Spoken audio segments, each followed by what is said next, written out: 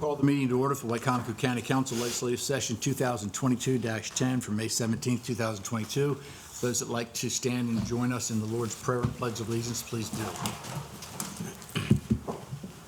Our Father, who art in heaven, hallowed be thy name. Thy kingdom come, thy will be done, on earth as it is in heaven. And give us today our daily bread, and forgive us our trespasses, as we forgive those who trespass against us. And lead us not into temptation, but deliver us from evil. For thine is the kingdom, the power, and the glory forever. Amen. I pledge allegiance to the flag of the United States of America and to the republic for which it stands, one nation, under God, indivisible, with liberty and justice for all. Thank you. Entertain a motion from council to approve the consent agenda. So moved. Second. Second. Any corrections? All those in favor of approving the consent agenda, say aye. Aye. Opposed? Motion carried. Consent agenda has been approved. At this time, we will begin with proclamations. The first proclamation is to recognize National EMS Week. Mr. Lorenzo, I believe here, Deputy Director of Emergency Services. How are you today? Go to the podium, please. I would like to remind everybody that on the proclamations, Josh Hastings is not here today, so he has not had the opportunity to sign them. So after we present the proclamation, then we have to take them back. And then we'll make sure you get them at a future date. We sort of get it. Good morning.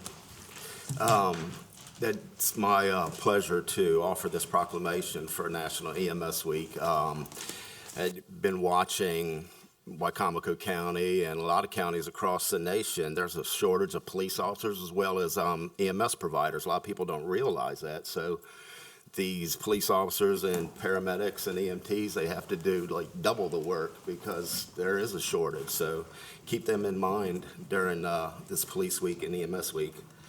So this proclamation for 2022 National EMS Week.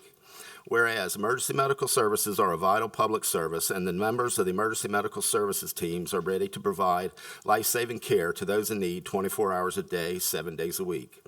And whereas the quality of emergency care dramatically improves the survival and recovery rate of those who experience sudden illness or injury, and whereas emergency medical services fills the gap by providing out-of-hospital care, including preventative medicine and follow-up care, and whereas the emergency medical services system consists of first responders, emergency medical technicians, paramedics, emergency medical dispatchers, firefighters, police officers, educators, administrators, and nurses, and whereas the members of the emergency medical services team, whether career or volunteer, engage in thousands of hours of specialized training and continuing education to enhance their life-saving skills.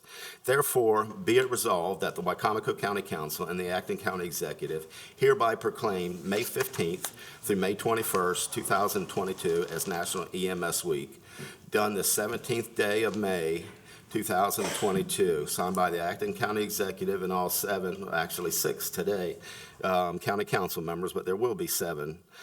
So, Mr. Cropper, on behalf of EMS, thank you.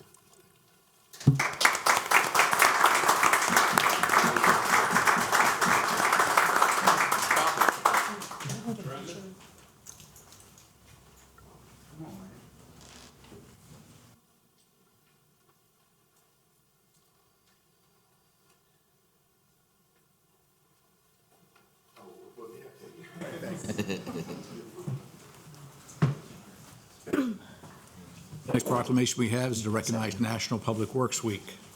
Mr. Mark Whitelock. Public Works. Good morning. Good morning. Good morning. Morning, sir. How you doing? Good. This is a proclamation for National Public Works Week. Before I read this, our Public Works Department takes care of many aspects of our county. But one thing I do want to bring up is these fellows, ladies and gentlemen, that are out working along our roads, put their lives in danger every day, but when they crawl out of a pickup truck or out of a dump truck or walk around behind a tractor or they're mowing the grass along the road, anybody that sees these vehicles alongside the road, please be cautious. Move over, slow down, send them home to their families at night, please. Okay, Mark, come on up here. Thank you for being here. Okay. This, John, how you doing? Proclamation for National Public Works Week. Whereas the public works professionals focus on infrastructure, facilities, and services that are of vital importance to sustainable and resilient communities and to the public health, high quality of life, and well-being of the people of Wicomico County.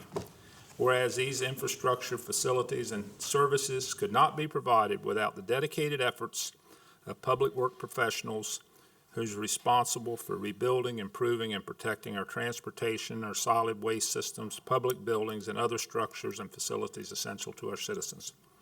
Now, therefore, the Wicomico County Council and the Acting County Executive hereby designate the week 15th through 21st, 2022 as National Public Works Week in Wicomico County, and urges all citizens to pay tribute to our public works professionals, engineers, managers, and employees, and to recognize the substantial contributions they make to protecting our health, safety, and quality of life. Done this 17th day of May 2022. So thank you. Send that message to all your employees. John, y'all want to take a picture? Nothing like a picture.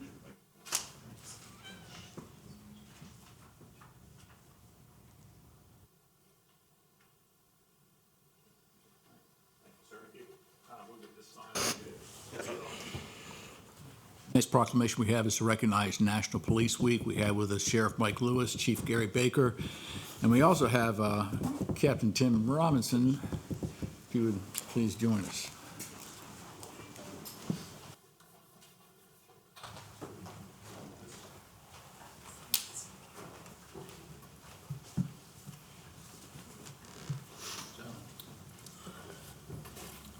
Very little needs to be said on how much Wicomico County and Wicomico County Council appreciates the great work of our law enforcement team with Sheriff Lewis, as well as all the other deputies who spend each and every day and each and every night making sure that we're safe in our homes, and they get little recognition for the great job that they do. This is one small recognition that we can give them as a member of the County Council. It is a proclamation for National Police Week, which happens to be this week, which ends this week. So I will read this. Whereas in 1962, President Kennedy proclaimed May 15th as National Peace Officers Memorial Day, and the calendar week in which May 15th falls is National Police Week. And whereas the Wicomico County Sheriff's Office plays an essential role in safeguarding the rights and freedoms which have been guaranteed by the Constitution to all citizens. And whereas it is important that people know and understand the problems, duties, and responsibilities of police departments, and that law enforcement officers recognize their duty to serve the people by safeguarding life and property, by protecting them against violence and disorder, and by protecting the innocent against deception and the weak against oppression or intimidation. Now, therefore, the Wicomico County Council and the Acting County Executive hereby designate the week May 11th through the 17th, 2022 as National Police Week in Wicomico County, and urges all citizens to pay tribute to our law enforcement officers. The Wicomico County Council further calls upon its citizens to honor these peace officers who, through their courageous deeds, have lost their lives or have become disabled in the performance of their duty. Done this 17th day of May 2022, signed by the Acting County Executive and the Wicomico County Council. Sheriff? Thank you, sir.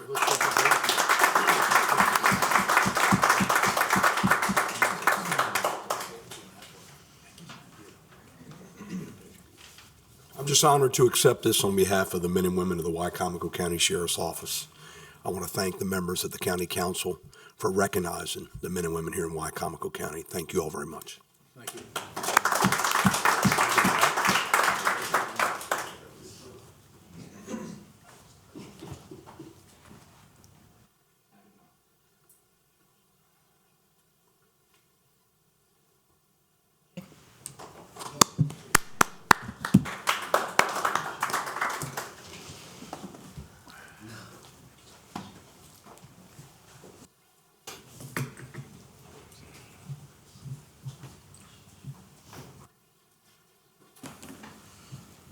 Next proclamation we have is to recognize Miss Melinda Desmarais as the National Vision Teacher of the Year through the Braille Institute.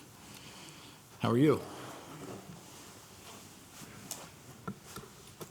I would like to first personally thank Ms. Damaris for providing special education services to the children of Wicomico County, making sure they have the education they need to lead a successful and productive life. So thank you.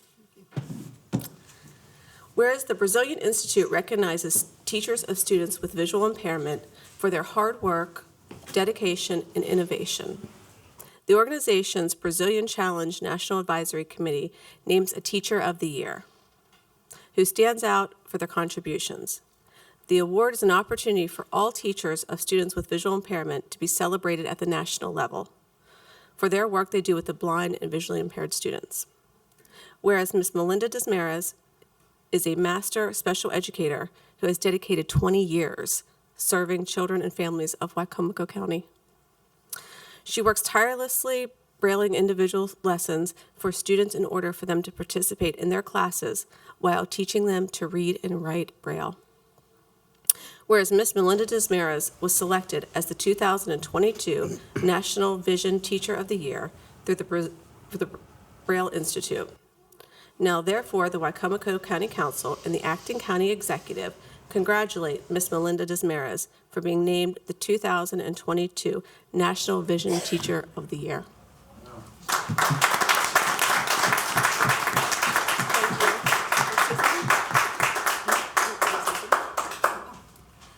I'd like to thank also this county, because our students are extremely fortunate to live in a county where they have such tremendous support, not only from our community agencies such as the Lions Club and Blind Industries, but especially from a school district that there are very few children in our district who are totally blind and Braille dependent.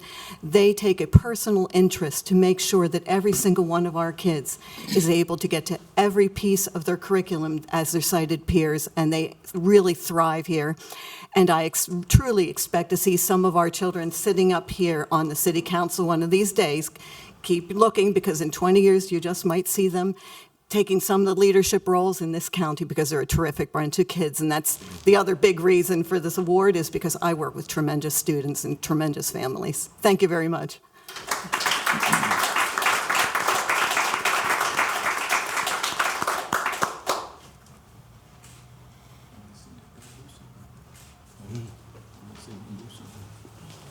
Did you get your picture, Laura?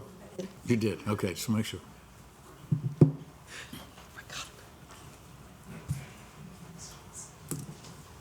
Moving on to the agenda, I'd like to recognize our excellent superintendent, Dr. Hanlon, in the front row, sitting next to her support staff, Bonnie Walston. Thank you. And we also have Lee Oughton, who's on the Fruitland City Council. Lee, good to see you. Mr. Mitchell, good morning. Good morning. This is Legislative Bill 2022-05, an act to repeal and adopt a Wicomico County classification and pay plan for the purpose of providing certain changes to grades and titles and generally relating to the governance of the personnel of Wicomico County. I would point out that there has been a update passed out this morning by Ms. Hurley. We have looked at this, as has the county attorney, and believe that Section 2 should be amended to provide that the, I keep saying it backwards, classification and pay plan may be amended by either a new bill, a resolution, or, and we recognize that the budget is a bill, but specifically allowing it to be done in a budget bill. That way you don't have to come back anytime there's either a reason to change, add a new title or something like that, or change a pay rate because there's been a big change. You don't have to come back and pass the bill and wait 60 days and all to take effect. The other thing I think it's very important that the actual pay range be included in this bill. As presented, it has only the grade and title, or classification and title. And I think without the actual pay ranges, it doesn't have much meaning at all. So, anyway, I'm just saying that the concept that we discussed, Mr. Wilbur and I and Council Administrator Hurley, was that there's going to be a need to set those ranges, and then the actual budget has to fall within the ranges. And so we would recommend that you consider this and give time between today and not pass it today. This is the public hearing, and then allow the finance director to work to show in the budget that it does sync up, and then vote on it thereafter at the next meeting. And I understand there may be some other amendments too. So if I may, I don't know, I know we haven't, sorry, losing my voice. Okay.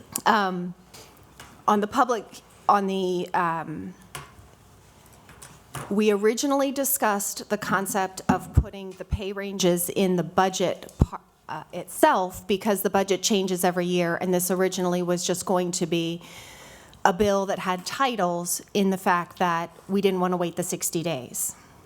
If we add the language about this can be amended by resolution and don't have the 60-day, then we can add the schedule that shows the ranges, because then that can immediately take effect, or it can be added in the budget in the next year. So when we originally proposed this legislation, it was just the titles, and as you know, in your budget bill, you have the ranges. If the amendment, including that this can be passed either by budget bill or amended by budget bill or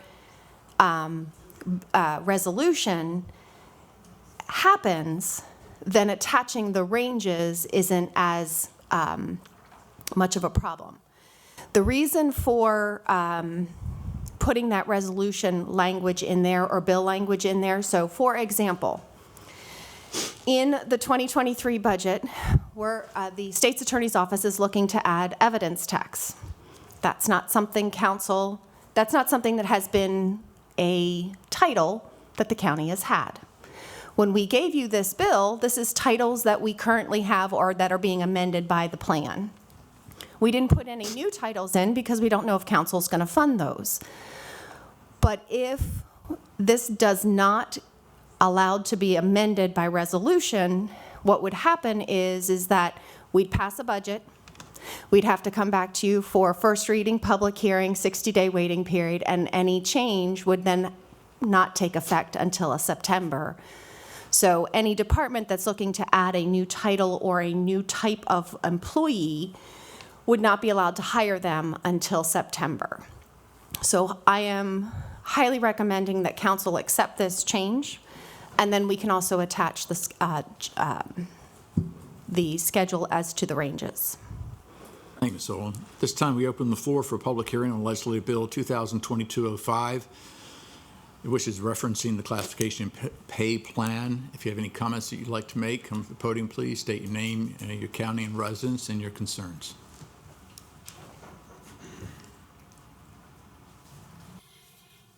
Yes, Kimberly Groves. I'm a Wicomico County resident. I'm actually in agreement with this. However, my late mother was a state employee and had to go through this state system every time her job title changed.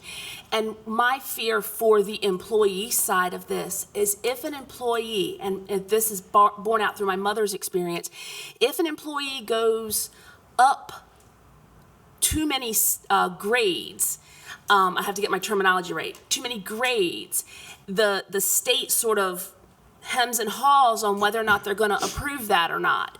So I know Bolton has sort of established this sort of pay range for these different titles. And I urge the council to, along with Ms. Oland, whom I know understands this concept, to maybe put some thrust onto the state to approve anything that's going to go, that pushes someone up too many grades to push them in line with the pay recommendations by Bolton, simply because that frustration factor is real. And then when it's finally approved, it may not retro back as far back as it should, or you get that all in one check and the taxes are absolutely onerous on you, and your check is not what you thought it was going to be. So, work with the state a little bit more collaboratively. And I know that DHR is not always on the ball when it comes to that, but I just urge you to take that into consideration when you are looking at this pay grade situation, because that is a real and present danger to this whole situation, that if you go up, I think it's more than 3 grades, the state will sometimes kind of give pause to that. And I just urge you to take a look at that carefully before you, when you're making your final decision. Thank you. Thank you. We appreciate your input. Most of this is just relative to county employees only, so we would not be seeking any input from the state of Maryland on this, so it might be a better thing for us. Thanks. Good afternoon. Afternoon. Hi, I'm Monica Brooks and a resident of Wicomico County. I just wanted to say I'm excited that it's not just with titling for these employees. Many of these employees have been doing work that is in a different realm that has put them on a lower pay scale because it's the same title as someone else. And so I think this is going to be great for our employees to be at a place where they get the pay that they deserve. And so I just am in support of this. I just wanted to speak in support of it. I've spoken to some employees in the county, and that has been an issue, and I'm just excited to see that it's being handled now.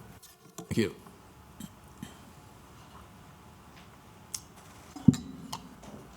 Public comments?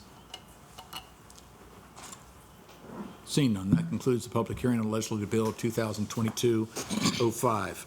Can I ask Pam a quick question Certainly, yeah. while we have you here? The amendment as it's currently stated, do we need to modify that language at all to reference if we're going to include the attached schedule? Since we're attaching it, do we need to reference? So, I know it's just right. simplicity, but.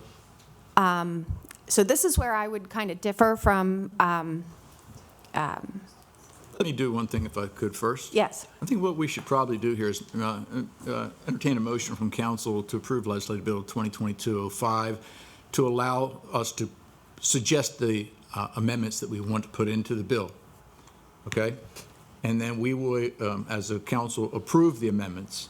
But then after approving the amendments through the discussion process, we will then agree to postpone the bill until June 7th. So that is, let me finish one part of the statement. My recommendation is you actually pass it, because that also starts our 60-day window. And it also allows us then to amend it on June 7th if we need to via resolution. Priscilla or Mr. Mitchell? Yeah, the way I see this is the pay classification is an ongoing document. It's going to survive this FY budget. So that's why I said the finance director has to sync up whatever they actually want in the budget this year for, whoever it might be, employee, has to fit that person. They have to make sure that pay is within the range that's been approved. Now, that bill won't become effective till later, but it will this year, this couple of weeks or months that it takes, will already be taken care of in the budget. You'll know that it syncs up. If you follow what I'm saying. But there my won't be the need to amend this in order to because that's why I think you should not vote on until you see the budget. Well, we are recommending in the budget that we retroactive these items back. And if we, again, my thought process is that with the language to amend, council is approving the plan for the employees that we currently have and the current titles that we have. We're looking to make those effective and retro those payments back to April 1st. That's what's in the budget. That's what's been discussed. So I'm trying to set the field for fiscal '22 for that payment process, as well as then allowing us to amend it in the budget on June Shirley, 7th. been- That is a difference of opinion that I have with Mr. Mitchell. Mrs. Hurley been very close to this. I understand what you're saying, but because this bill, if they were to make that motion to amend, to add that it could be amended by resolution, you couldn't come back June the 7th with a resolution because the bill wouldn't be in effect by that date. Okay. So I think it's better to wait I the don't 2 think you're weeks. saying that, though. Well, but I mean, I agree with you, I agree with you, and I agree with you. You know, I mean, everybody's kind of saying the same. I mean, this is the getting difficulty of having it as a bill, in the fact that making it an original bill versus making it a resolution at the beginning as well also makes it difficult because we have a 60-day. So we now have a disconnect process where if you pass it today, it doesn't take effect until July 17th, but our budget takes effect July 1st. Yeah, but if I may, that really doesn't make any difference, because the budget, you're setting up parameters. You're saying this person's grade pays between 10,000 and 15,000. Obviously not the right number. But the person that's actually working that job that's going to be in the budget is making 13.5. So the budget will pass without a problem, and this will be, you'll sync this up so they do fit in there. The retroactive, that's the first I've heard of that, and I'm not sure how that affects it. But this budget, as it says in its terms, is basically to allow the executive to be able to plan ahead, knowing that if they have to hire X number of employees in these different jobs, that, and also you, that the pay is going to be between this and this. You can pretty much look at what the qualifications are and get a good idea. Then if it's a new position or higher than the one that's leaving or being replaced, that particular one has to come back to the council, but you already know the council has pre-approved the range. And so it just gives a planning tool. That's the whole purpose, because without it, I don't understand there is a purpose. Well, I'm not aware that we ever passed the pay and classification plan in the first place, like the one that we currently have via bill. I haven't seen one. It has been, I think it's referenced in the employee handbook, but I haven't seen that it's ever been passed via legislation.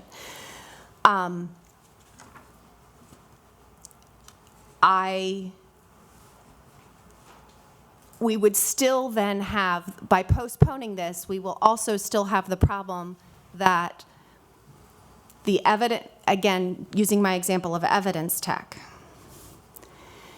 if we don't have a title of evidence tech that I can point to, and our 60-day period hasn't run out, I'm concerned that, okay, June 7th then becomes August 7th approximately. I'm not counting the, extra days in the month, but that means that an evidence tech, now it's a this year problem, but an evidence tech could not be hired until August. We couldn't, any changes that we are making to this thing can't take place until our 60 days have run out. Mr. Psota? The main thing that we're trying to get across is, on the retroactive pay, we're trying to go back to April 1st. We're just trying to get it, and I believe that we're all working towards the same goal here, and that is to recognize the employee for recruitment and retention and put in place the study.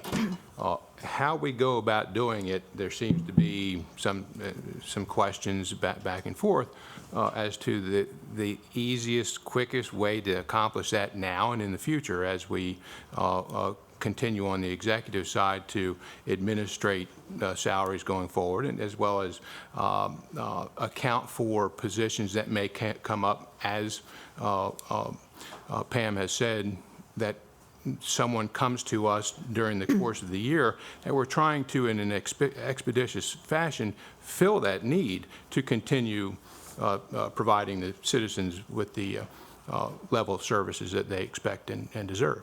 That's what we're trying to do. That's the goal here, and how we go about doing that is what we're trying to achieve. Really? I was just going to suggest that perhaps the executive branch could, propose a list of amendments that they would like to make to that classification and pay plan before June 7th. So that way it's all incorporated into one, and then it's processed together.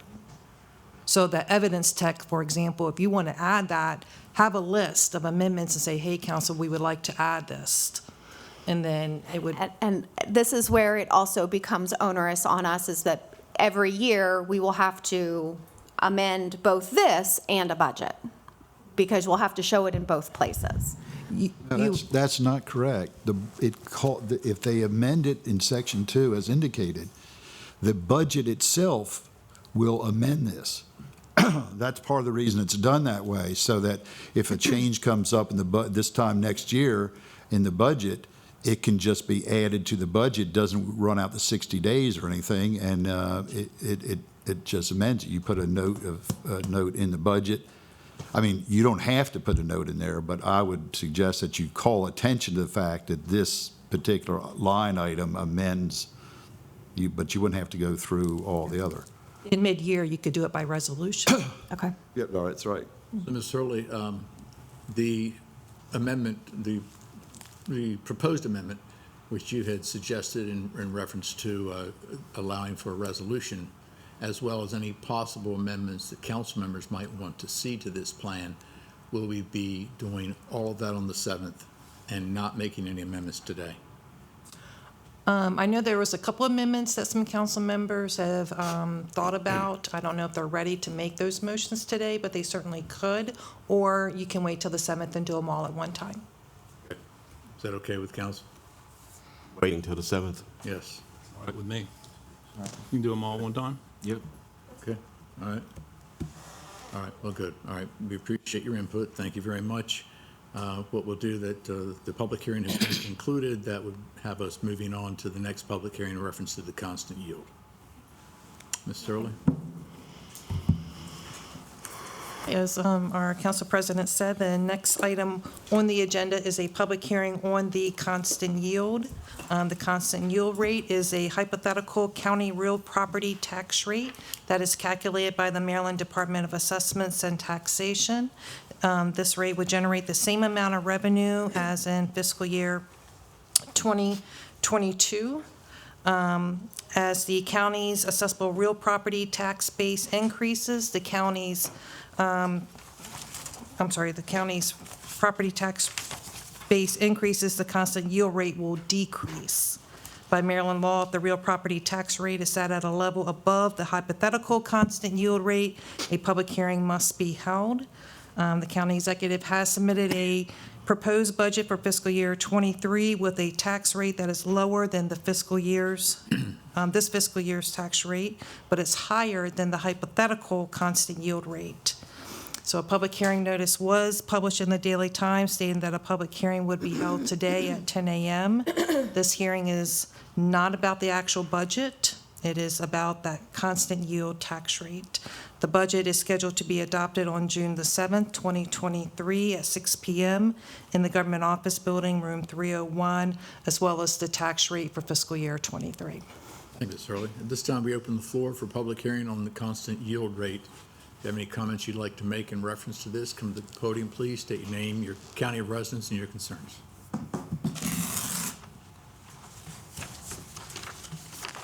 We do know property taxes are going down, so.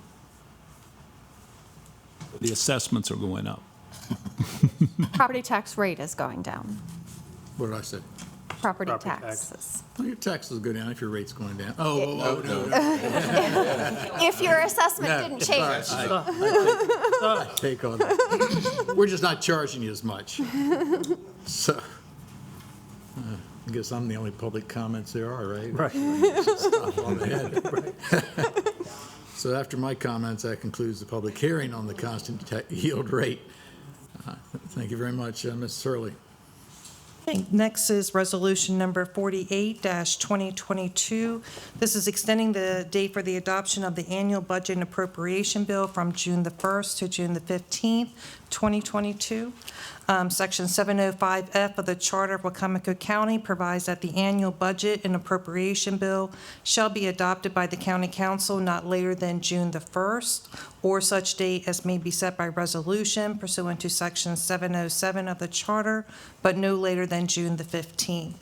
Extending the date for the adoption of the annual budget and appropriation bill will allow council additional time to further review and discuss the county executive's proposed budget. Also, June 1st is on a Wednesday, and the next regularly scheduled council meeting is on June the 7th. So this will allow council time to adopt the budget during a regular meeting unless a special meeting is needed. Thank you, Ms. Hurley. Entertain a motion from council to approve resolution number 48, 2022. So moved. Second. Second. Any discussion? All those in favor say aye. Aye. Opposed? Motion's carried. Resolution 48-2022 passes. Okay, next for your consideration is the submission of a reappointment to the Wicomico County Ethics Commission.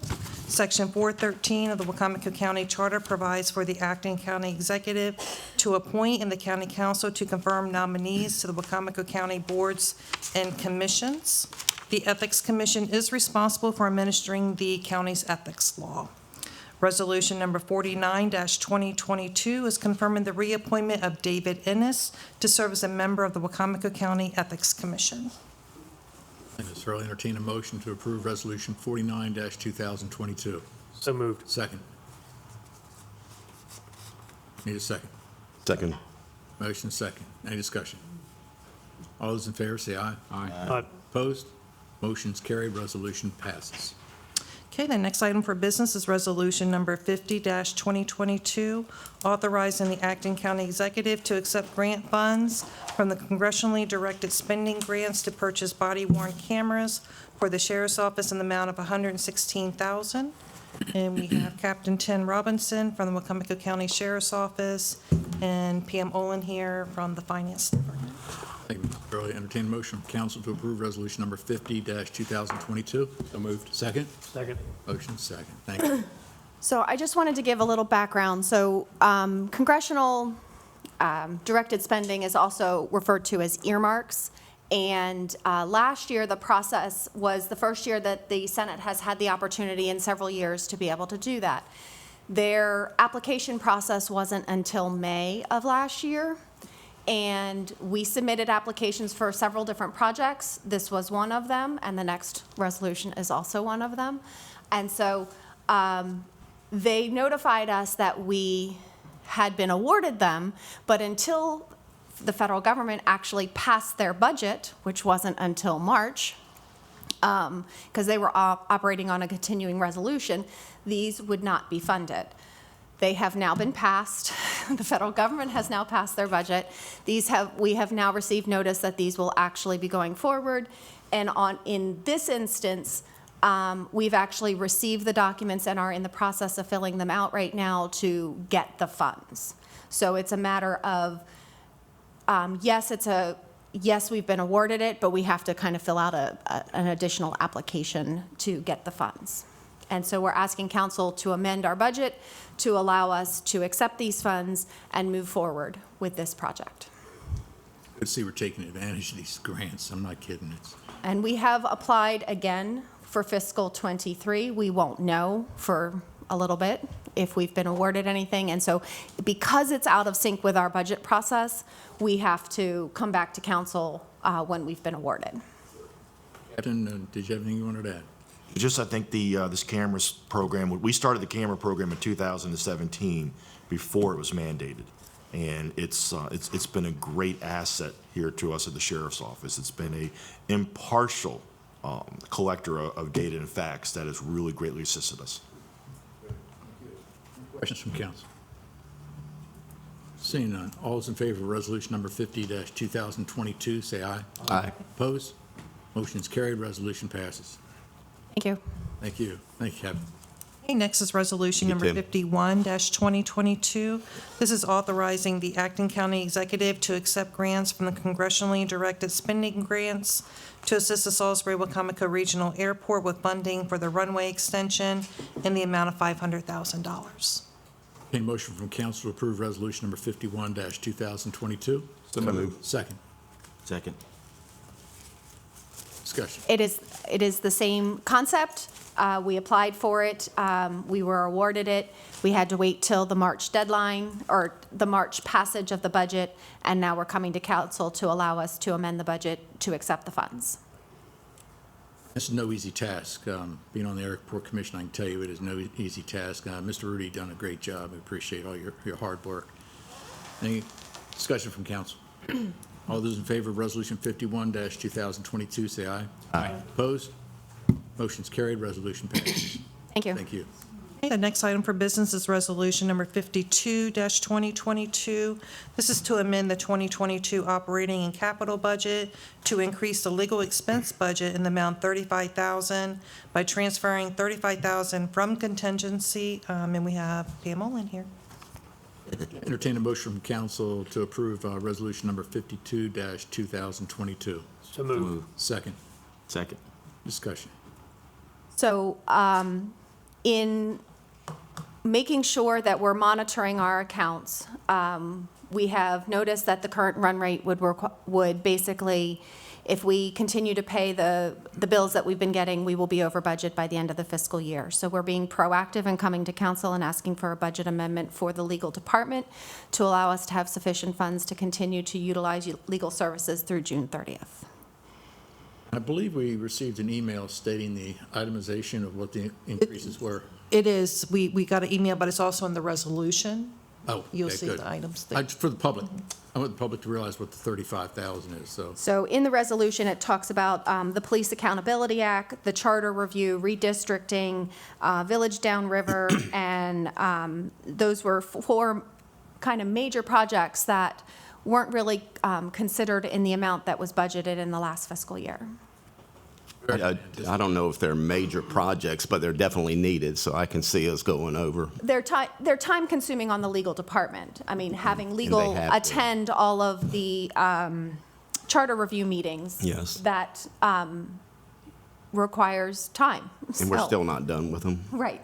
So ultimately, this $35,000, we believe, will be sufficient to carry us through the end of the fiscal year. I'm involved with one of those topics, and I would just, moving forward, really encourage trying to work with citizens before it comes to a huge legal expense. I've just seen that evolve and evolve and evolve, so. Comments? All those in favor of Resolution 52-2022, say aye. Aye. Opposed? Motion's carried. Resolution passes. Thank you. Next is Resolution Number 53-2022. This is to amend the 2022 operating and capital budget to increase funding asphalt paving control budget in the amount of $400,000 by transferring $400,000 from contingency. Any motion from council to approve Resolution 53-2022? So moved. Second. Motion second. So what this, with the escalator that is built into all of our, the asphalt escalator that is built into all of our contracts, this, due to the cost of oil, the cost to pave the number of roads that we had originally in the budget for fiscal '22 has gone up. If we don't do this, we can stop our paving for the end of the fiscal year and postpone these projects until fiscal '23, but that then just shuffles us down the line and puts roads that were at the end of the list for next year probably being pushed into the following fiscal year. So we're asking council, there is sufficient funds in contingency to carry this, and we're asking council to allow the roads department to have this budget amendment to allow us to continue with the list that we had originally planned. Questions? Joe? No, I didn't have a question. I had a statement. I think anybody can understand when they go to a gas pump that they're seeing the escalation in energy prices, and paving is a derivative of the oil market. So it's understandable. It sounds like a lot of money, but it's a lot of money to me. yeah, yeah. Sure. Do you think we're going to get through with that? Well, I think this will allow us to complete what we had planned for this year. we've looked at, when this was bid, we looked at a unit price for hot mix of $72 and some change. Right now, we're looking at $81.35, so that's a pretty big increase. And we're talking about 36,000 tons, so we're not talking about a little amount. Right.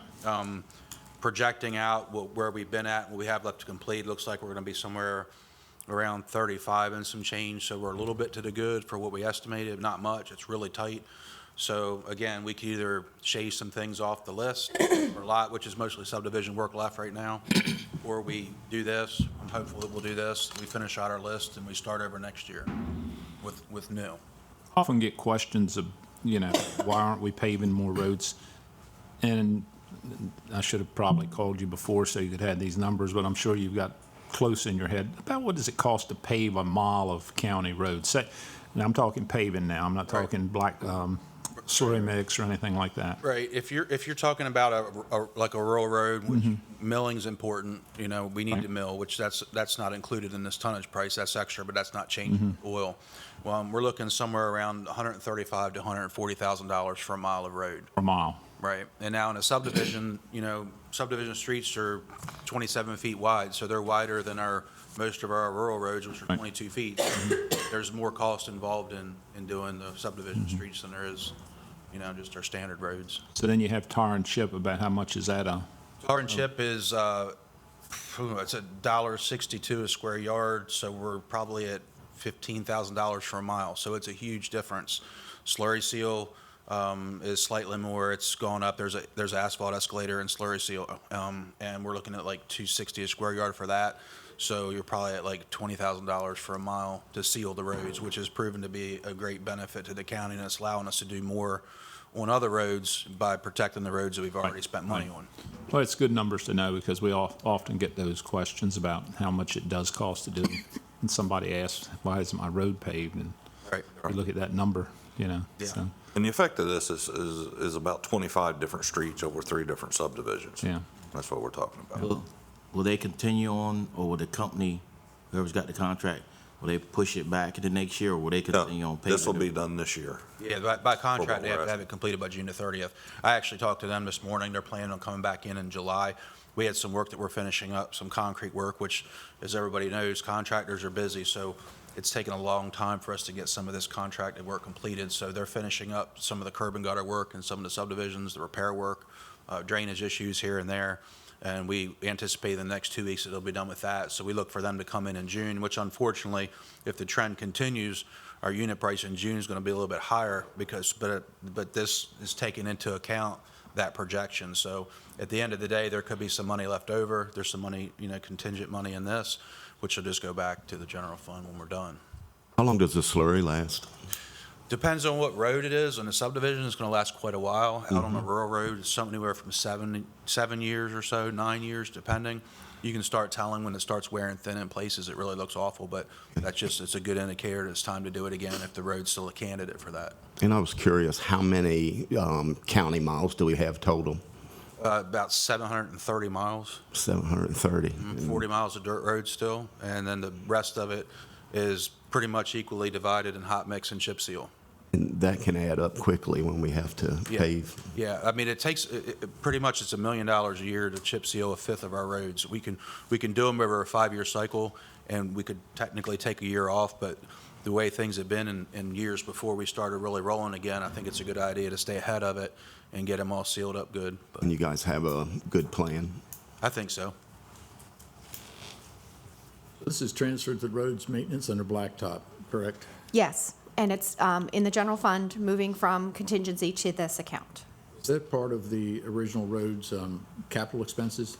It's operating capital. It is So, operating, okay. so it does not need, you do not need to amend the capital budget because it's only in the operating budget, not the capital budget. From CIP? Yes. Understood. But it is under roads in the Yes. capital outlay, So it is under roads, which is, capital expenses. yep, it's a cap, their roads is under a 53 account number, but it is a capital expense to them. The reason I ask is because I know in the budget, we don't get a great itemization in the budget, we really don't, but there's an operating outlay and there's also a capital expense outlay. And the capital expense outlay for this year was 1.2 million.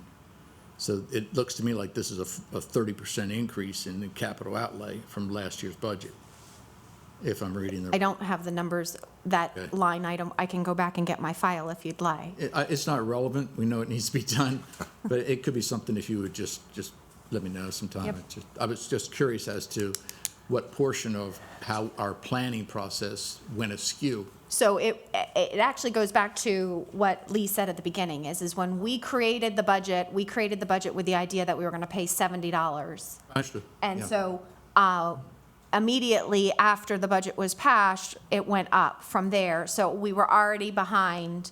And as the year has gone on, each time we have gotten a section ready to, the asphalt escalator has kicked in and there has been additional cost. So it is all based on that, and we're attempting with this number to complete the list that we originally stated.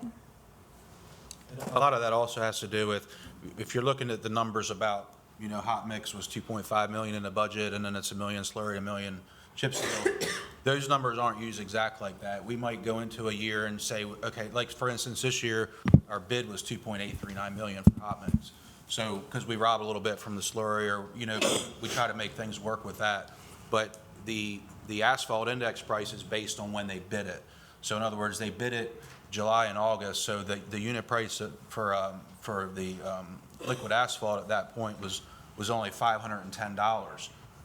Now we're at $706. So that's where the difference is. If they had came in for us and were able to pave in the fall, we wouldn't have as big of a problem as we do now, but their schedules didn't allow for it. They came all the way, around into the spring and started in March. So that's kind of why we're at. The prices have just shot so much up since then. So it's not really anything we could have anticipated when we put this together. Otherwise, just like right now, I'm using the same unit prices for next year's planning as we currently are looking at, because I'm hoping it doesn't go up. If it goes down, it also works in our favor. That escalator works down as well as up. So we may actually end up with a lower unit price as we get into paving next year if the oil market goes back down. So. Council President, the blacktop budget for this year was 2.9 million, and the overall roads maintenance for slurry seal and surface treat, it was 4.5 million. So it's about 9% more. So that must have been part of what our line is, because, when we get the budget, we get about 4 lines: operating, capital expenses, and maybe a couple more. Right, but in the munis printout, that would have been, that's where this would be coming from. Yeah, I got you. That's why I was asking, because I wasn't sure where it fell. So it's not as tragic as we thought as far as. Right, and then moving forward to the next year, again, if the oil falls, then our prices fall as well. So, and there's no fuel index built into this blacktopping, so they have to absorb those costs. The only increase or decrease that could automatically built in would be the asphalt and the oil. Any other questions? All right, get back to where we were. All those in favor of Resolution 53-2022, say aye. Aye. Opposed? Motion's carried. Resolution passes. Thank you. Thank you very much. Thank you, guys.